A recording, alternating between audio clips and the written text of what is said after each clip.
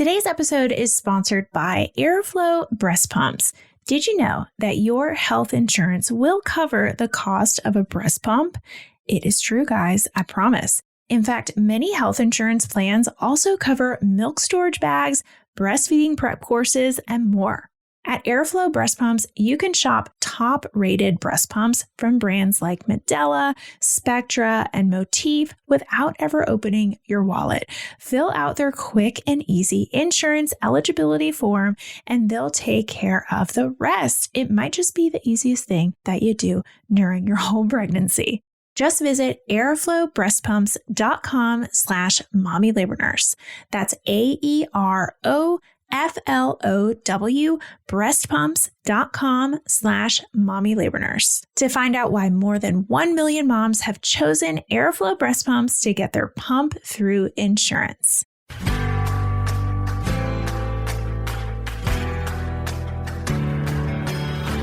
You're listening to the Mommy Labor Nurse podcast, where you'll gain the tools, knowledge, and confidence you need to erase the unknowns, feel in control, and have an even better birth, no matter how you deliver.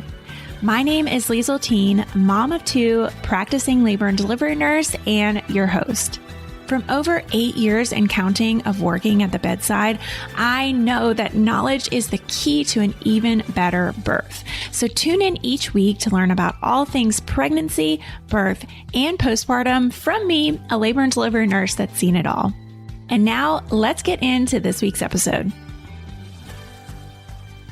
This week on the Mommy Labor Nurse podcast, I thought it would be fun to look at your journey to baby through a series of pregnancy milestones. Who doesn't love milestones? Love it. Okay, so much happens during your 9 months, and there is so much to look forward to. Pregnancy is a time that's typically filled with lots of emotions. Yes, we all know that to be very true. I do. But there's no doubt that whether it's your first or your 8th, there's a lot that goes on in the 9 months of growing your baby. I could probably come up with a list of 100 milestones, but then this episode would be super duper long. So we're going to keep it to 20 pregnancy milestones that you definitely don't want to miss. And after you finish this episode, go check out episode 103. It's called 10 Things You Can Do to Prep for Labor. It was actually, fun fact, one of the most popular episodes last year. All right, let's get into it. This is going to be chronological because there's no other way to do it, right? So we're going to start off with some first trimester pregnancy milestones. And obviously, number 1, your positive pregnancy test. It's usually the way most people find out they're pregnant. Some people go to the doctor and get blood drawn, and their doctor's like, hey, you're pregnant. But most people pee on that stick. Maybe you've been waiting months or years, right, for a positive pregnancy test. Maybe you just started trying. Either way, this is likely to be that first super duper big milestone of your pregnancy. You know, if you just found out, congratulations. If you're about to deliver your baby, congratulations. Cue all the emotions. I remember when I found out I was pregnant, well, 3 times because I had a miscarriage in between Walter and Rylan. But there's nothing like that moment that you find out you are pregnant. It's very, very unique, exciting, scary, obviously, for a lot of people. Nervous. There's just so many emotions, but I remember the feeling very distinctly, and it probably not going to have any more children, but I remember thinking with my last one, when I found out I was pregnant with him, thinking it was kind of sad because I'm like, oh, I'm probably not going to have this emotion again. So yeah, just sit with that. I don't know. I don't mean to make this into a sad episode, but yeah, it's that positive pregnancy test is a unique feeling. All right, number 2, your next milestone is that first prenatal appointment. So for most women, their first appointment will be somewhere between 6 and 12 weeks from your last missed period. Certain medical conditions or, a history of recurrent pregnancy losses might have you in the office a little bit earlier, but otherwise you usually have that confirmation appointment first in that 6 to 9 week range. And then usually your first big appointment by the 12th, 13th week mark. Some providers skip that confirmation ultrasound. Some providers do it. It just kind of depends where you're at. But if you go to this appointment, your provider will confirm your pregnancy with a urine pregnancy test, the same one that you peed on at home. They're literally exactly the same. They're probably cheaper.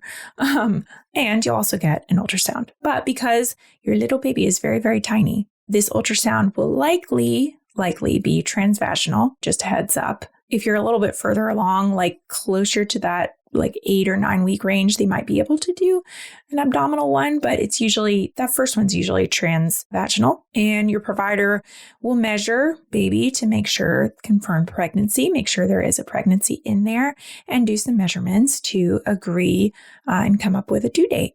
Usually, if baby is measuring more than a week off from the date calculated by your last missed period, or if your cycles are very irregular, your provider will probably adjust that estimated due date. But if everything lines up, maybe there's a day or two kind of off, then they usually go with that last missed period. That's what they'll use to get your estimated due date. They'll give you your due date. But yeah, that's a huge one because it makes it real.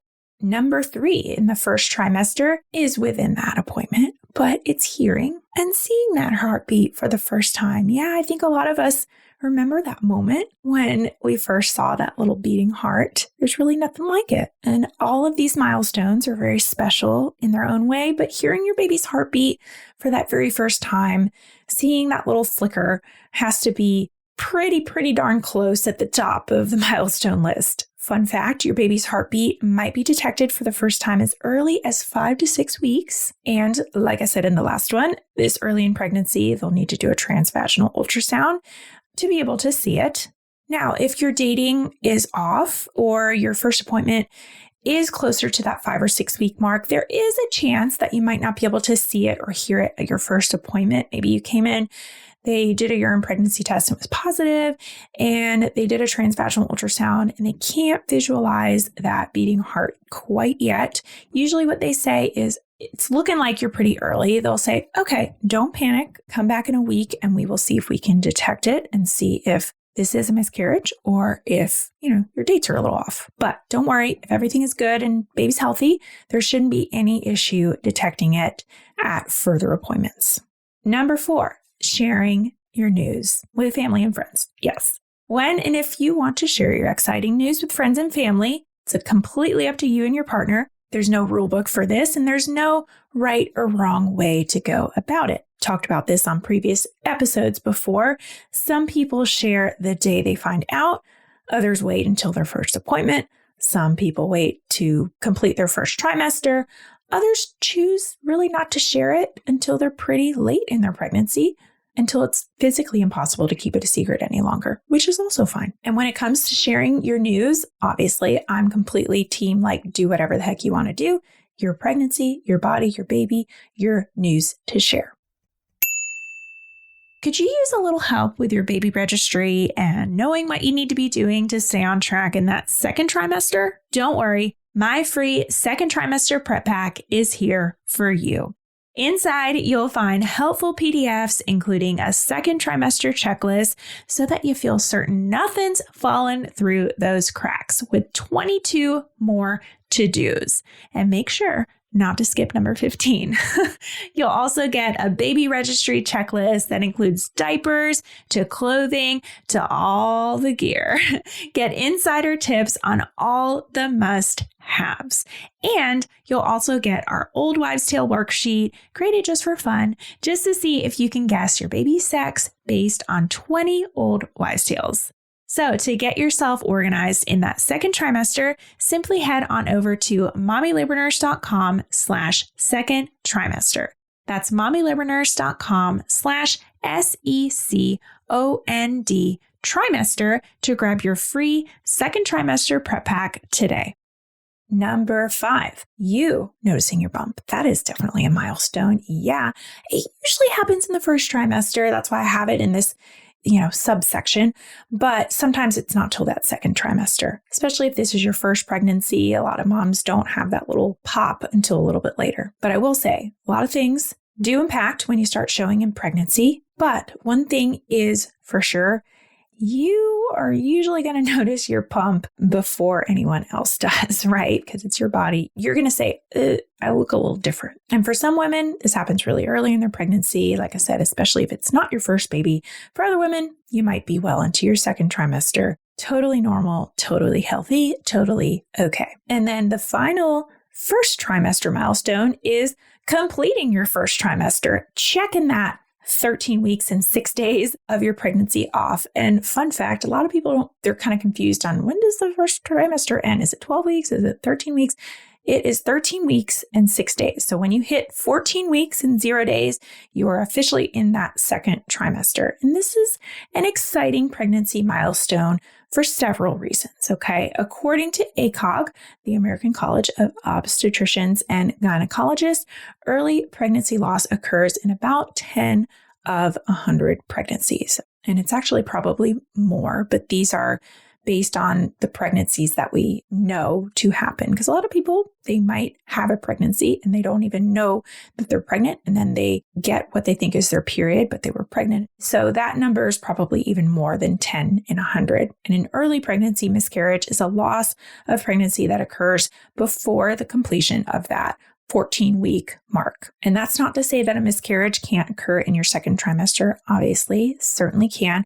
But the more exciting thing about getting to the second trimester is that this rate of miscarriage drops pretty significantly after your first trimester. And this is really the main reason that a lot of people wait till their first trimester is complete before sharing their pregnancy with a lot more people. But this is why completing that first trimester pregnancy is such a significant milestone. Okay, moving on to second trimester pregnancy milestones. So number 7 of 20 is announcing your pregnancy. So we talked about this one a little bit already, but let's revisit it now that we're actually going to announce it. So sharing the news with friends and family and actually announcing your pregnancy are a little bit different. A lot of women choose to share their news with like a few, close friends or family before kind of just like telling the world that they are pregnant. But some people don't do that. But whether this announcement is going to be on social media, a post, email to extended family members, Zoom call, FaceTime, physically getting a bunch of people together, whatever. Announcing your pregnancy is a super exciting milestone. I've got a cool blog post on the blog about that. It's called The Very Best Ways to Do a Pregnancy Announcement to Family, and a lot of creative little ideas on there. I will tell you how I announced my first pregnancy to my parents. It was Father's Day, and my dad, we got him a little like tiny fishing pole because he likes fishing. So we got him like a little tiny fishing pole and had him try and guess what that meant. Like, why are we getting you a tiny fishing pole, Dad? Like, what are you going to do this? Oh, cool. I remember he opened it and he was like, oh, this is cool. And we're like, do you think there's like a reason? Like, we wouldn't just get you a tiny fishing pole. There's probably a reason somebody's going to use it, right? And then finally everybody caught on, but it was fun. Moving on to number 8, quickening. You might not know what that is. I will explain. I've never been pregnant before, then you're probably unfamiliar with the term quickening, but quickening refers to those first little baby flutters and movements that you feel. So quickening, aka feeling your baby move for the first time. That is a big milestone, yes. Now, feeling these first movements can vary from person to person, very often varies from pregnancy to pregnancy, but it usually happens sometime around the 16 to 20 week mark. I have heard women describe quickening as feeling like gas bubbles, popcorn popping, a little fishy swimming around in their belly, something thumping their belly from the inside, butterflies, that sort of thing. I always use the analogy, it feels like a fish inside. If you've ever been to the fair and you win like a little fish in a plastic bag full of water and you're holding the fish and the fish is like bumping up against the side and you feel like the little tiny fish like hit your hand. I feel like I remember thinking that when I first started to feel my first pregnancy, thinking that it kind of felt like that inside.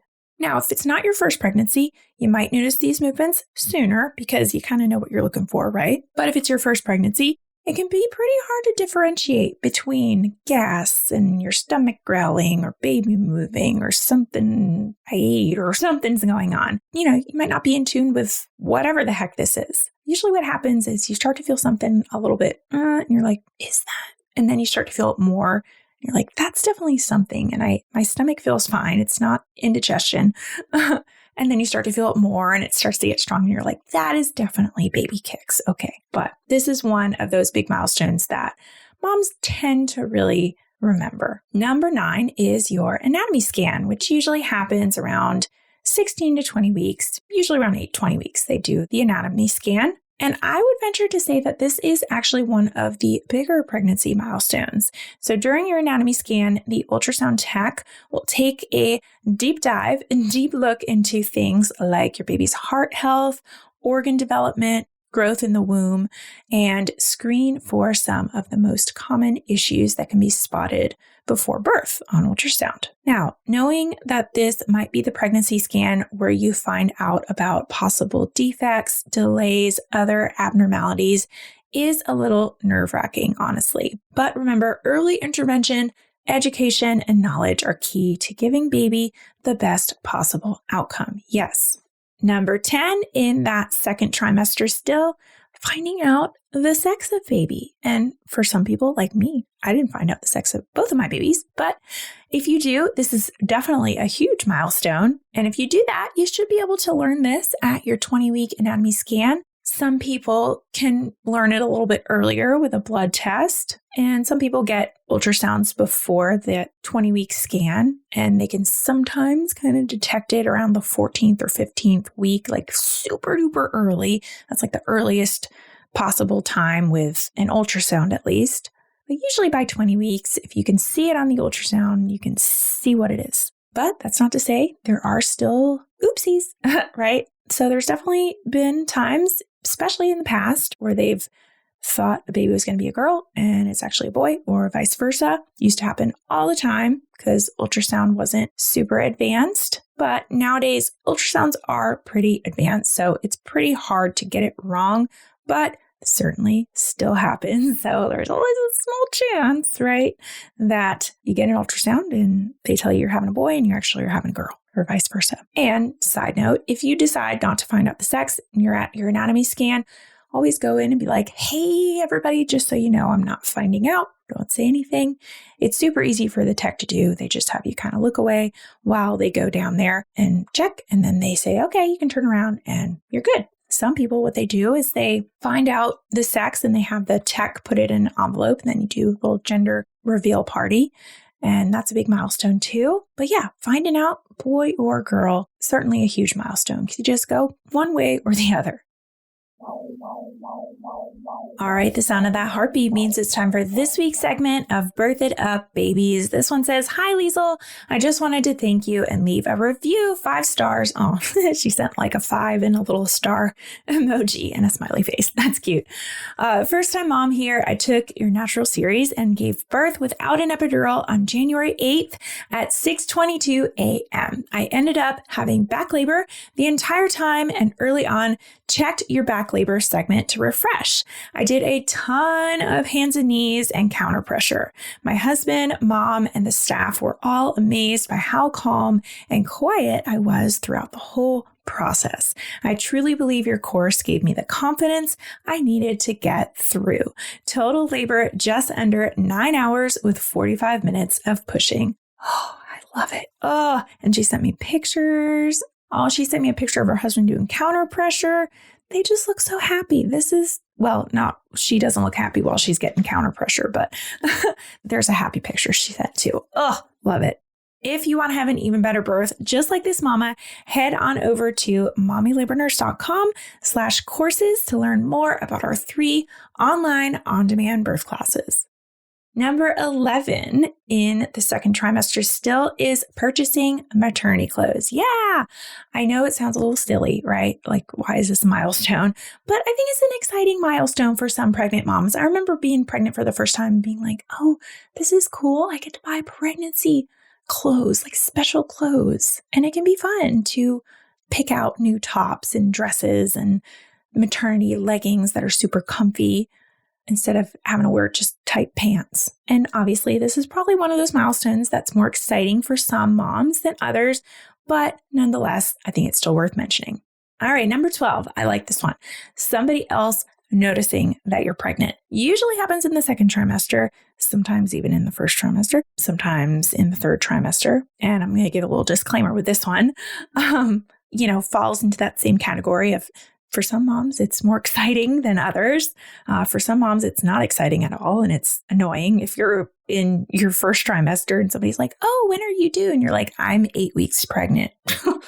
And I was honestly sort of hesitant to even put this one on the list because I'm definitely of the mindset of that it's really never appropriate to comment or touch or ask a mom when they're due, even if they're like overtly, like super obviously pregnant, unless they are talking about the fact that they are pregnant. Like you probably shouldn't ask somebody that, if they're pregnant or what they're having or when their due date is, because there have definitely been stories where you hear about someone asking about a pregnancy and the person's not really pregnant. Okay. But with all that said, some women are very proud of their bump and it makes them really, really happy when people start to notice it.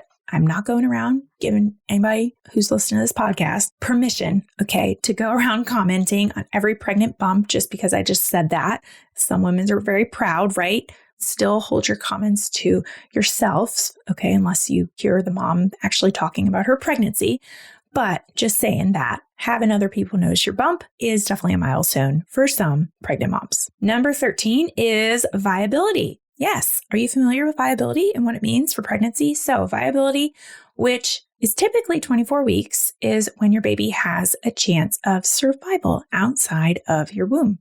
Now, obviously, this does not guarantee that they will survive outside the womb or that they will be without any long-term complications, but most higher-level neonatal intensive care units, NICUs, have equipment small enough to attempt resuscitation on infants born at 24 weeks or above, even sometimes a little bit less than 24 weeks, like 23-ish weeks. But again, usually that viability mark is 24 weeks. Honestly, I don't expect a lot of you to be super familiar with this one or even have it on your radar. I promise that had I not been a labor and delivery nurse during both of my pregnancies, I would not have known to really give this one much thought. Like, oh, I'm at 24 weeks. Cool, I'm viable. And I bring this milestone to your attention, not to scare you, but because I think from a medical perspective, it's an important one and one that should be celebrated. Yes. Number 14, your partner feeling your baby move. Yeah, if you have a partner, right? Some people don't have partners, but if you do have a partner, this is one of my favorite milestones. I think it can be difficult for your partner before they can really feel that baby on the outside. They're not the one carrying the baby. It's hard to connect with a pregnancy that you're not yourself having, especially early on. But actually being able to feel that baby move from the outside can give your partner a way to connect with your pregnancy. And it's such an exciting milestone for both of you guys. So definitely makes the list. And finally, number 15, the last one in the second trimester, is completing your second trimester. Things typically tend to go pretty fast from here until you finish the finish line, except for maybe the last month of pregnancy, which, we always go back to that meme that everybody's seen. Like the last month of pregnancy has 57.4 million days. Because it really does feel like it drags on for an eternity. But yeah, this one's definitely one to include. Your second trimester officially comes to a close once you complete 27 weeks and 6 days. Okay, so 28 weeks and 0 days is you move on to that third trimester. And it's busy, but it's an exciting one. And it's the last one, so let's move on to it. So third trimester pregnancy milestones. Number 16 of 20 is completing your baby's nursery. Yeah. So if you're anything like me, then you probably have or will spend lots of hours on your baby's nursery or thinking about your baby's nursery or just pinning stuff on Pinterest, right? Because setting up a nursery space is I would argue, one of the most fun parts of pregnancy, at least it was for me. And while I did find it to be exciting, I was also happy when it was just check done because it was a labor of love for sure. There's a lot that goes into it, a lot of thought, a lot of just work and just, everything. So it feels good to be able to check it off your to-do list. And some people really don't check it off until the very end. I certainly did not complete with my first pregnancy that one until I was very, very late into my pregnancy. Some people don't even check it off until after they've had baby because they don't, they're planning on having babies sleep in their room for the first few months anyway. So they're not really like thinking about a true space yet. But we'll put it in the third trimester because most people, I would say, at least almost finish it while they're still pregnant. All right, moving on to number 17 is nesting. Okay, so I guess it's not really like a singular milestone, right? Nesting. But I would say it's a mark. So nesting is the overwhelming desire to get your house, your space ready for your baby. It kind of goes along with the last one, the completing the baby's nursery one, right? And it's a real thing, you guys. It also looks different for everyone. Some don't get that nesting urge, but I would say that the majority of pregnant women do at some point during your pregnancy, whether it's just a small little area or it's your entire house. Usually there's some sort of preparation bug that bites and you're like eager to do something to prepare. Typically, the nesting urge is at its peak towards the end of pregnancy, but some women experience it very early on and throughout the entire thing. I had it real bad. Number 18, switching to weekly prenatal appointments. Yeah, I feel like this is a big one. So once you hit 36 weeks, the frequency of your prenatal visits increases to once a week until you deliver with most providers, if not all.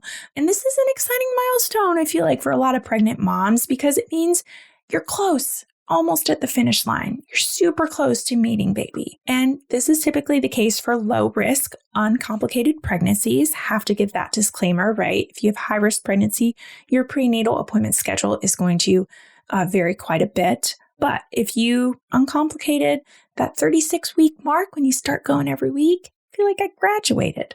Number 19 of 20, we got two more. I feel like you guys can guess this one. Packing your hospital bag. Yeah. So this was one that definitely snuck up on me, especially the first time around, which kind of doesn't make sense. You would think I would pack earlier the first time than the second time, but I was not ready. But anyways, I recommend having your bag packed by about 37 weeks at the latest. Okay. Ideally, it would be packed or like almost fully packed by like 35, 36 weeks. But if you happen to be a procrastinator like me, then 37 weeks or 38 or 39 or 40 or right before you leave is fine. Okay. Or just grab some stuff out the door. It's fine. And guess what? Even if you show up to the hospital and you have nothing, we will take care of you. It will be fine. You can send your partner or somebody home to get your things. But packing your hospital bag is certainly a milestone for most people. Most people do it. I am definitely a knock it out in one kind of gal. So I carved out a few hours one night and I just packed everything, just all in one go. Some people don't do it that way. Some people kind of do it here and there. They'll throw things in there. So totally fine if you do it one way or the other, but it is important that it's just packed before go time. Like I said, you'll be fine. If you don't pack it, it's not the end of the world. But if you haven't packed your hospital bag yet, I do have a checklist for you. You can just go to mommylabornurse.com/hospital bag and you just fill out your name and your due date and your email, and I will send it directly to you. You don't even have to think about it. It's just right there. You just check off all the things. All right. And finally, that last milestone, 20 of 20, is, some people have this one and some people don't, but it is your due date. Yes. And some people, some women are a little more excited to reach this one than others, right? Because you're like, why am I still pregnant? I'm so uncomfortable. As someone who went past her due date with both of my pregnancies, I can tell you that being 40 plus weeks pregnant is not something I want to deal with ever again. It's not fun. But with that being said, hitting your due date is probably the last big milestone other than birth that you will experience during your pregnancy. And obviously it means that you will be meeting your baby super soon, hopefully not another week or two. Some people go to 42 weeks of pregnant, but yes, usually by the time you hit your due date, you're like, okay, it's the finish line. I'm not quite finished, but I'm almost there. So yeah, that is 20 milestones. Fun little episode. I hope that made you a little just excited. If you're late in your pregnancy, you could relive some of those milestones. If you're early in your pregnancy, you got a lot of things to look forward to. Like I said, I could have probably come up with 100 more things to put on the list and even talk about, your baby shower or making your registry or just, there's a lot more things. But these are just 20 big things that made the list for this episode that you certainly don't want to miss.